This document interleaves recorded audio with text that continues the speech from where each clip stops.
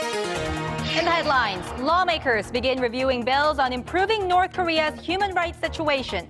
Both parties want to pass the bill by the end of this year, but they remain divided on many issues.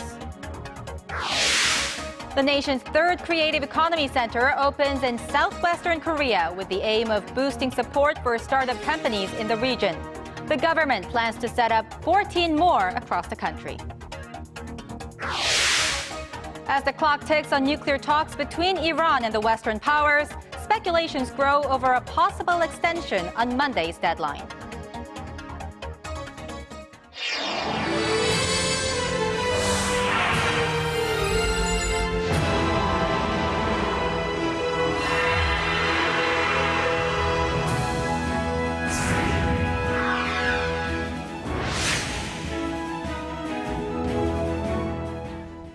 Welcome to the program. You're watching Primetime News live from Seoul. I'm Hwang Sung-hee. And I'm Sean Lim. Thanks so much for joining us tonight. We begin at the National Assembly, where lawmakers began reviewing bills on improving the human rights situation in North Korea. Now, they're aiming to pass the bill by the end of this year, but as our Ji Myung-kil tells us, the rival parties will first have to overcome their long-standing differences on the issue. The National Assembly is stepping up efforts to pass bills on North Korean human rights, in line with recent efforts from the international community. The Parliamentary Foreign Affairs Committee on Monday began reviewing two bills related to North Korean human rights, one proposed by the ruling Saenuri Party and the other by the main opposition New Politics Alliance for Democracy. The ruling party's bill focuses on documenting violations carried out by Pyongyang and developing plans to improve human rights conditions in the north. A national archive should be set up separately to deal with storing and keeping record of human rights violations in North Korea. The main opposition's bill puts an emphasis on supporting the North Korean people through humanitarian aid. A consultative body will be established within the Unification Ministry to engage in aid projects for the North Korean people. Both parties say they hope to pass the bills by the end of this year. But the two rival parties will first have to resolve their long-standing differences over the issue. A main source of contention is a suggestion from the ruling Saenuri Party that the human rights bill include government assistance to activist groups that fly anti-North Korea leaflets across the border. The main opposition party says if the bill includes any language indicating support for such groups, they will not pass it. The National Assembly has put the revised bills on the human rights issue up for discussion several times since its first proposal back in 2005. Previous plans for the bills on the issue were shelved due to concerns, mainly from the opposition party, that pursuing such legislation could escalate inter-Korean tensions. Ji Myung-kil, Arirang News. A joint railway project involving both Koreas and Russia is about to kick off. South Korean officials are now in North Korea to assess a transportation test, which starts from a port in North Korea and ends at a South Korean port. Our Lee Ji-yoon shows us what this means for all parties involved. Over 40,000 tons of Russian coal will land on South Korean soil this week. What's so special about that is that the coal will actually travel through North Korea. A group of South Korean officials arrived in the North Korean port of Najin on Monday to oversee a test run scheduled for this Friday. This test run will include delivering the coal from the Russian station of Hasan to Najin on a 54-kilometer railway. Once the coal reaches Najin, it will be shipped on a Chinese bulk carrier to South Korea's southeastern port of Pohang. So what's in it for these three countries as they get ready to mark the first test run of the Najin-Hasan project? Russia sees the new export route as a gateway to opening up its far eastern regions. North Korea is looking to develop the Najin port to not only export resources like coal from Russia and China, but also to move manufactured goods from South Korea and Japan into Asia. For South Korea, the project will cut down shipping costs and promote more trade with other European countries. Experts say the project might also help mend inter-Korea relations and build trust between the two countries. South Korea banned investments in North Korea after the regime torpedoed a South Korean warship in 2010, suspending almost all inter-Korean economic projects. The government, however, has allowed the consortium to indirectly invest by purchasing Russian stakes in the initiative. Lee Jun, Arirang News. North Korea's Special Envoy Choi Ryong-hae has wrapped up his week-long trip to Russia. The North State-run Korean Central News Agency reported that Choi, who is a close aide to leader Kim Jong-un, returned to Pyongyang with his delegation on Monday. During his visit, he delivered a personal letter from the young leader to Russian President Vladimir Putin, signaling the possibility of a summit next year.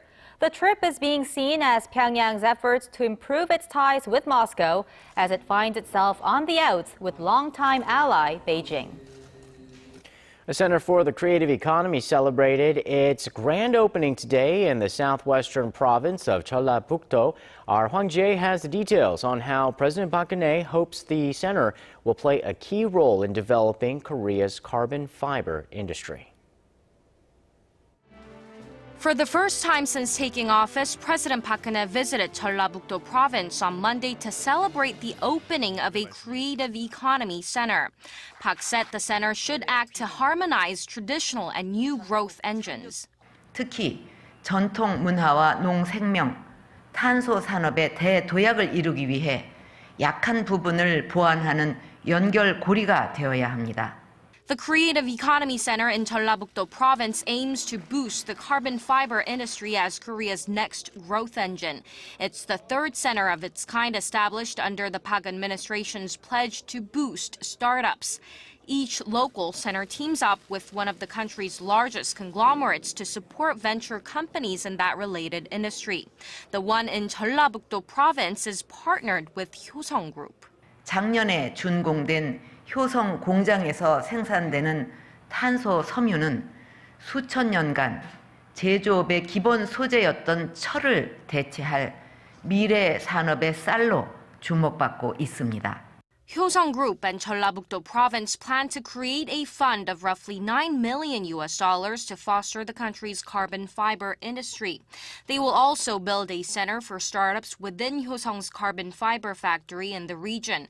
And through that, they aim to foster 20 startups in the carbon fiber sector into becoming global companies within the next 3 years.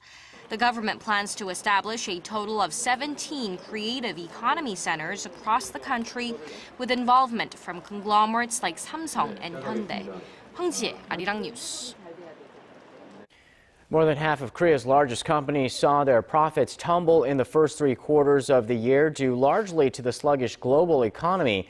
Seoul-based market researcher Chaebol.com says the combined operating profits of 55 of the top 100 listed firms on the Kospi stood at roughly $23 billion in the January to September period.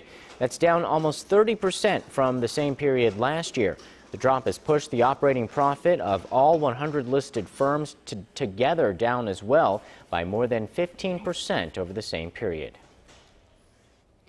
Lots of newly married couples these days choose to have just one child or even none at all due to the high financial cost of raising kids in Korea, or just because they'd rather focus on their careers. Now, this has led to a chronically low birth rate in the nation, and experts are now calling for fresh government policies to reverse the trend. Kim Min-ji reports. There was a time in the not-so-distant past when Korea promoted birth control and encouraged families to have fewer children. In the 1980s, the nation's population topped 40 million, and the government, acting on the fear that overpopulation would take a toll on food and housing supplies, rolled out a one-child campaign. It worked, and now, along with other factors, Korea has one of the lowest birth rates in the world. Latest figures show that Korea's average fertility rate, which represents the number of children a woman is expected to have during her lifetime, is estimated at 1.3. That's the third lowest among 198 countries and well below the world average of 2.5. Whether it be the high cost of raising a child or more women choosing their careers over motherhood, a growing number of couples are deciding to hold off on having kids. 29-year-old teacher Park Eun-ju says it's why she isn't a mother yet, even though she's been married for 2 years. If I have a baby, my life will have to be centered around the child. Also, after becoming a mother, I may not be able to get a good enough job, and this will then lower my overall standard of living. Pak and others like her hope the government will offer more incentives like higher family support allowances and tax breaks to encourage women to give birth. OECD data shows the Korean government's spending to GDP on such benefits is one of the lowest among member nations. Some experts also say Korea's hyper-competitive society could be another factor keeping the fertility rate down. If the government gives parents assurances that their children will be able to enjoy a standard level of happiness by getting an average education and landing an average job and working diligently, then the birth rate will naturally go up. The expert added the government will have to invest more money and time into strengthening its child care and welfare policies to build public trust in the measures before it can expect to see the birth rate improve. Kim Min-ji, Arirang News.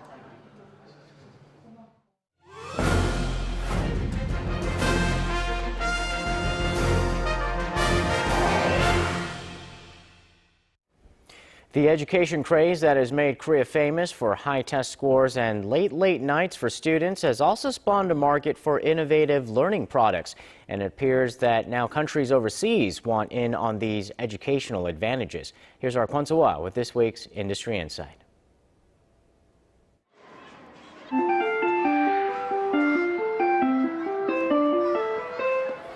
The school bell doesn't signal the end of the day for many Korean students.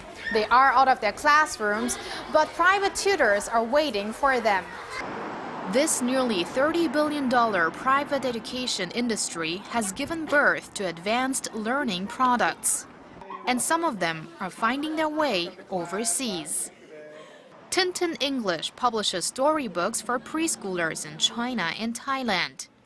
The company is taking advantage of the craze for English in Korea that led to a booming English education market. Cheongsang Language School recently signed a contract with major U.S. book distributor IPG, and its products recorded sales of around $20,000 in their first 2 months on Amazon. Experts say assessing the current export volume of educational contents is difficult. But Professor Lee Hyun-chung of Hanyang University estimates it's in the tens of millions of dollars. Korea already has a good image as a very strong education country all over the world. Plus, we have a very strong IT techniques, so IT-based kind of learning package and the teaching package and the content development really attractive to foreign countries. That's combine these two, we can easily have a second K wave, it's so-called the educational wave, I think. Take Cheongdam Learning, for example. Its tablet PC-based program Loud Class makes the class more interactive as page synchronization and its real-time response system let the teacher and students share notes and communicate with each other easily. The platform also allows instructors to adjust contents to meet changing needs in the class. Hi, Linda. Good to see you. There's a lot of countries or school districts that have tablets, but they don't know how to use tablets. It's like having a car without an engine. It looks great, but that's the only factor that goes in. So we're creating this engine that helps students, it helps the teachers, it helps the parents. And the company is exporting the platform. In Thailand, Cheongdam kicked off a Loud Class pilot program this week.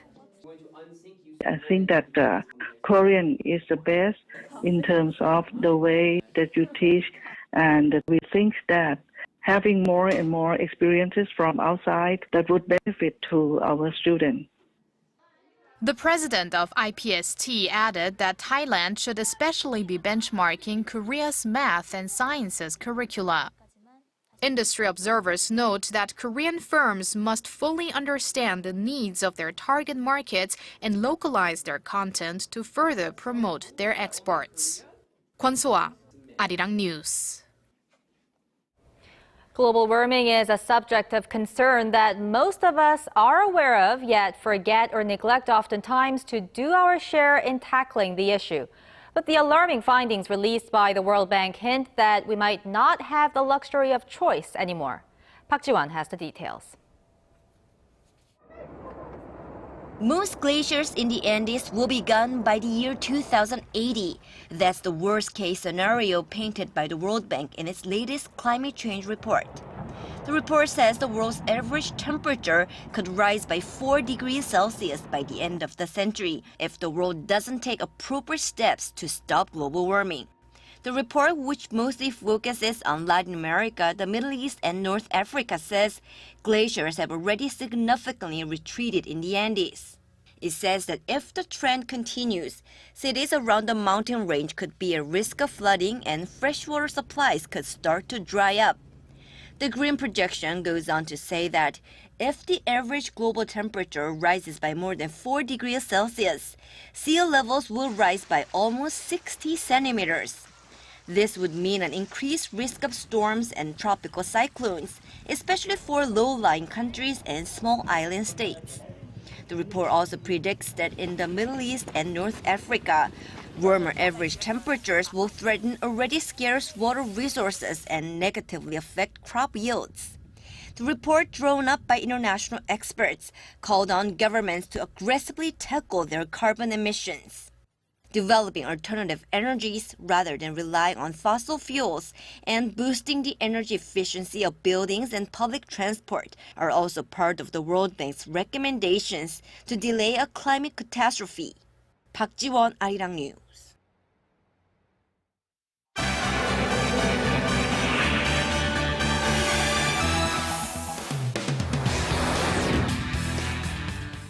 Six world powers and Iran are seeking to reach a last-minute deal on Tehran's nuclear program as both sides make a final push ahead of Monday's deadline. With more, we turn to Paul Yi at the News Center. Paul, are they getting any closer to striking an agreement at this point? Well, despite some progress, the two sides still remain far apart on key issues. There has been reports of a flurry of diplomatic activity going on in Vienna, where the respective foreign ministers have been locked in negotiations over the past couple days. And in the latest update shows that the talks will reportedly continue over the next 7 months. Our Chae-Sun reports. While the 5 permanent members of the UN Security Council and Germany make last-ditch efforts to reach an agreement on Iran's nuclear program by November 24th, expectations are that the deadline will be extended. Officials involved in talks in Vienna on Sunday said a second extension was being considered as the two sides were no way near a comprehensive agreement on Tehran curbing its nuclear development in return for the US and the EU lifting sanctions. The 6 powers already postponed the deadline once back in July. The so-called P5+1 and Iran differ significantly on how much of its nuclear program Iran should give up and when the international community should ease sanctions. Here we're still quite a long way apart, and there are some very tough and complex issues to deal with, but we're all focused right now on trying to get that deal done. While a comprehensive deal is unlikely to be realized by Monday, the BBC, citing Iranian sources, said a political agreement of some sort or a reference to parameters of a future deal may be announced. I won't anticipate the results, but we're continuing to work. We have a final deadline for tomorrow night to find an agreement, but it has to be positive and enable us to work for peace. Amid the uncertainties, Reuters, citing Iranian sources, says Tehran has a plan B that involves turning to Beijing and Moscow, both of which hold veto power at the UN, for diplomatic and economic cooperation if no deal is made in Vienna. The feasibility of that plan, however, is being questioned as China faces a slowing economy at home and Russia is facing its own international sanctions for its intervention in Ukraine. Chae-Sun, Arirang News. And shifting to the U.S., hundreds of protesters are rallying in the city of St. Louis as they await the final decision by a grand jury on the shooting death of a black teenager. The decision will determine if Darren Wilson, a white police officer, should be indicted for killing Michael Brown this past August. We ready for whatever happens. Like we have to build ourselves as a community. We're going to make sure that we continue to fight against this injustice against black and brown people. The governor of Missouri had earlier declared a state of emergency and called on the National Guard to help keep the peace. And turning to West Africa, a doctor from Italy serving in Sierra Leone has contracted the Ebola virus, representing the first case of the Italian national to be diagnosed with the deadly disease. According to Italy's health ministry, the patient had been working for NGO Emergency at a clinic helping Ebola victims. The ministry said that he was in stable condition and is being flown back to Rome for treatment by Tuesday at the latest. The World Health Organization says there are more than 5,000 people infected with Ebola in Sierra Leone, with 100 new cases reported daily. And finally, the International Space Station has received a fresh crew, including Italy's first female astronaut ever to reach the orbiting station. The three-person multinational team safely docked at the space station on Sunday after blasting off from Kazakhstan inside a Russian Soyuz capsule. Italy's Samantha Cristoforietti made the historic trek as part of the European Space Agency, while NASA's Tara Vitz will now take over the command of the space station. And that wraps up our look at international stories making headlines around the world. I'll see you back here tomorrow.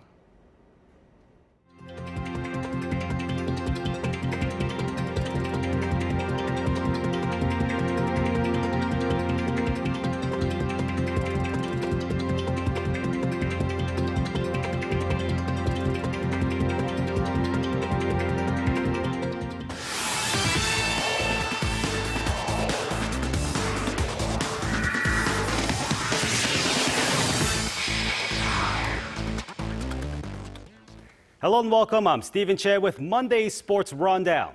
The LPGA season came to an end this weekend with Stacey Lewis named its top performer.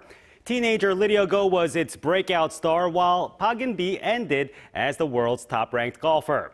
And coming in at 9th at the Tour Championship, Lewis took home the Player of the Year honors, the money title, and the Vare Trophy for the lowest shot average this year. Her only challenger was world number 1 Park In-bi, but Park finished way down at 24th place at Tiburon. And Park's only consolation was maintaining her top rank, now for the 5th straight week. Meanwhile, the reigning Rookie of the Year, Lydia Ko, captured the inaugural race to CME Globe's $1 million bonus to add to the $500,000 prize for winning the Tour Championship. And going to the live games of the night, first to the KBL. In Seoul, the last place Samsung Thunders took on the LG Sakers. And it's a back-and-forth affair through the third quarter as Samsung's Leo Lions and LG's Kim Jong-gyu battle in the paint. But in the fourth quarter, the Sakers settled the matter as Moon Tae-jong drops 10 of his 15 points there, snapping their 4-game skid. And over to the V-League, first to the ladies. The Hyundai ENC Hill State went up against the GS Caltex Kicks. And the visitors charged to the lead before Hyundai ENC wrestles it back. Polina Rahimova racks up 48 big points in the 5-setter, giving Hyundai 3 wins in a row. And also in Suwon, the Kepco Victor make light work of and roll over the Uricard Hanse in straight sets for their 6th win of the year. And looking overseas, Switzerland won the Davis Cup over France, and it was only fitting that tennis great Roger Federer sealed the deal for his countrymen. Federer dominated Richard Gasquet in straight sets, 6-4, 6-2, and 6-2, to give his country the 3-1 Davis Cup win. Now, it's the first ever Davis Cup, not only for the Swiss, but also for the 33-year-old Federer, who's now completed his legendary trophy collection, which includes 17 majors and an Olympic gold medal. And finally, the Formula One season came to an exciting conclusion with Lewis Hamilton winning his 2nd ever Drivers' World Championship. Hamilton and Mercedes teammate Nico Rosberg were neck and neck in points all season, culminating in the epic showdown in the season finale at Abu Dhabi. Rosberg laid on the pressure, grabbing pole position, but Hamilton took control from the start of the race and never looked back for his 11th win of the season. Rosberg ended at 14th. Now the 29-year-old Brit called it, quote, the greatest feeling ever. And that's all I have for now. Your weather updates up next. Have a great night.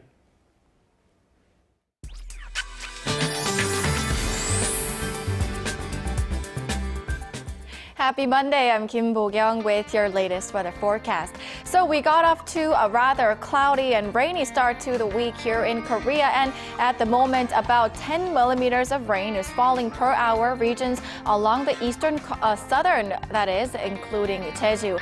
And we have some snow coming. A pre-heavy snowfall watch has been issued for the mountainous areas of Gangwon province, where 2 to 7 centimeters is expected to fall through tomorrow. As for other regions, Tuesday is shaping up to be a rainy one with 5 to 20 millimeters expected for most regions down south. So the showers should gradually clear up by tomorrow morning, but it should continue through the evening along the eastern coast.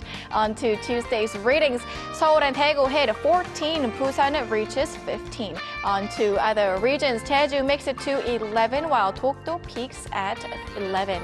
That's all the updates I have for you now. I'll see you soon. And that's Primetime News for this Monday. Hope you have a great week ahead. I'm Sean Lim. And I'm Hwang Sung-hee. Have a great night. We'll see you soon.